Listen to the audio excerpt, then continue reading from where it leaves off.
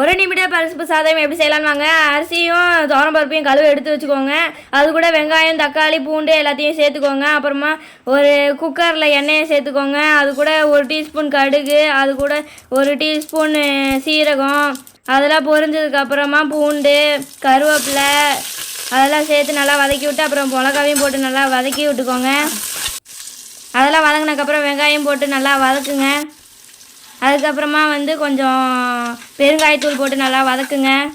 அதுக்கப்புறமா கடைசியாக தக்காளியும் நல்லா போட்டு வதக்குங்க. அதுக்கப்புறமா 1 டீஸ்பூன் கல் உப்பு போட்டு நல்லா வதக்குங்க. அதுக்கப்புறமா 1 டீஸ்பூன் மஞ்சள்தூள் போட்டு நல்லா வதக்குங்க. அப்புறமா 1 டம்ளர் தண்ணி ஊற்றி நல்லா வதக்குங்க.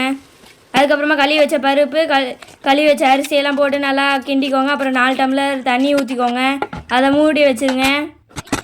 ஒரு 2 விசில் விட்டதுக்கப்புறம் அதை திறந்து நல்லா கிளறி சைடிஷாக அப்புறம் இதில் பொறுத்து அப்படியே நல்லா சாப்பிட்டுக்கோங்க.